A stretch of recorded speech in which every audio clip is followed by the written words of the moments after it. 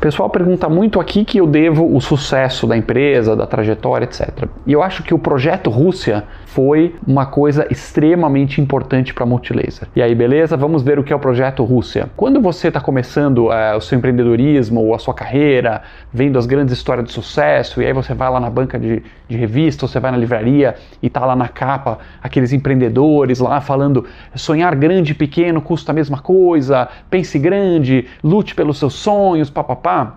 O que você está enxergando? Você está enxergando a pontinha da pontinha da pontinha da pontinha do iceberg, que você está vendo a pontinha que está para fora da água, dos casos que deram muito certo, que o cara foi lá e escreveu o livro, e sempre sai uma história bem mais rosada, bem mais maquiada, bem mais cheio de frufru em relação à vida real. E embaixo da superfície tem um caminhão de empresa no cemitério e empreendedores que não tiveram a chance de chegar lá para escrever o livro porque os caras quebraram e perderam tudo. E você quebrar no Brasil não é uma coisa muito agradável, pessoal. Não sei quem está me seguindo aqui se já quebrou, sabe o problema que é. Se você tentou o seu empreendimento e por algum motivo não deu certo, você faliu, você não conseguiu pagar, o governo vem atrás de você para tudo.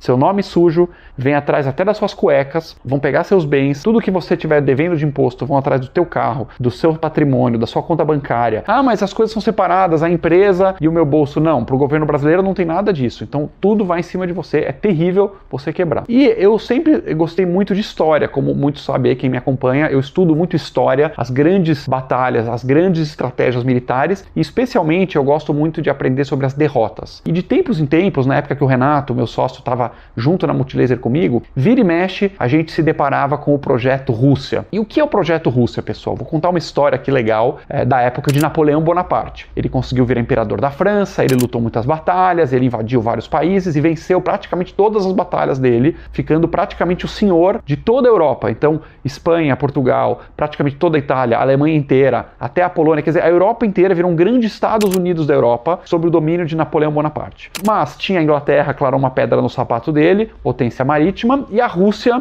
não fazia parte. E aí, em algum momento, começou uma provocação, aquele um desentendimento, ele resolveu invadir a Rússia. Então ele fez um projeto Rússia. O que é projeto Rússia, pessoal? É você apostar todas as suas fichas numa iniciativa que, se der ruim, você literalmente morre. E no caso de uma empresa, claro, é você entrar num projeto, um empreendimento, lançar um produto, ou construir uma fábrica, ou fazer qualquer passo, um passo que você dê, que você pensa, peraí, se der muito ruim esse passo, o que acontece com a minha empresa? Se der ruim, eu vou quebrar. Então isso é um projeto Rússia, é aquele tudo ou nada. E os livros vão te dizer, não, arrisque, você tem que ir para cima, os seus sonhos e tal. Eu sou um pouco mais cético, tá? Eu vou um pouco na contracorrente. Você tem muitas vezes família para cuidar, você tem filho para alimentar, você tem o seu nome para zelar. Na Multilaser nós nunca fizemos isso.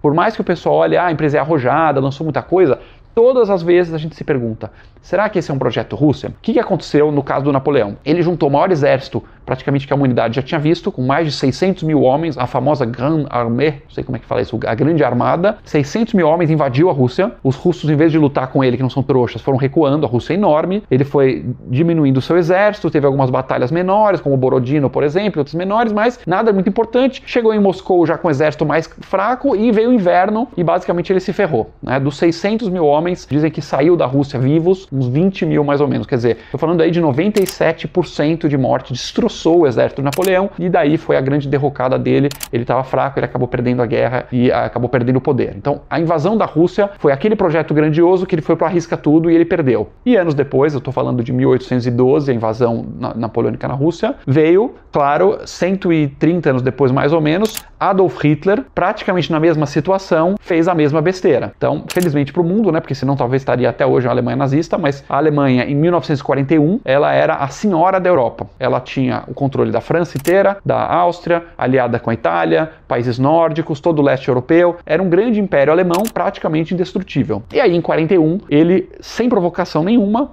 achou por bem invadir a Rússia, porque ele queria expandir mais ainda, dominar o mundo, era megalomaníaco, e ele também fez o projeto Rússia dele. Adolf Hitler, com alguns milhões de soldados, no dia, se não me engano, 22 de junho de 41, não sei se eu acertei aqui, mas é por aí a data, mais ou menos junho de 41, certamente, ele invadiu a Rússia com exércitos mecanizados, tanques, aviões, no começo começou a ganhar, assim como Napoleão, aí começou a parar as tropas dele, veio o inverno, a Rússia contra-atacou, etc. Enfim, 4 anos depois de massacre, de atrito, conflito, de sangue para todos os lados, muito sofrimento, a Alemanha foi decididamente derrotada. Praticamente, o fator mais importante certamente foi a invasão da Rússia, porque não teria nenhuma chance dos americanos e ingleses sozinhos derrotarem a Alemanha nazista sem que tivesse tido essa catástrofe na Rússia. Então, voltando aqui ao tema das empresas, né, eu dei 2 exemplos militares, de estratégia militar, de líderes megalomaníacos que acham que podem tudo e aí resolvem dar um passo maior que a perna e acabam perdendo tudo. Quem estiver me assistindo e tem um negócio, ou está pensando em abrir um negócio, eu convido sempre a fazer esse cálculo da prudência. Na Multilaser, por incrível que pareça, a gente tenta ser muito prudente. Toda vez que tem um projeto Rússia, peraí, o que acontece se comprar essa empresa e der ruim? Se lançar essa linha ou fizer essa fábrica? Não, se fizer isso aqui e der ruim, vai ser muito ruim para a empresa, vai balançar a empresa, coloca a Multilaser em risco. Então a gente foi sempre na prudência, diluindo o risco, colocando os ovos em várias cestas, e aí sempre que alguma coisa dava ruim, não balançava o todo. Espero que essa dica tenha sido interessante, e se você já passou por alguma experiência assim, se já fez um projeto Rússia e se ferrou, você já contemplou um projeto Rússia e você conseguiu escapar, mudar de ideia, coloca nos comentários, eu vou ficar super feliz em ler um pouco das experiências que você teve. Por hoje é só, valeu!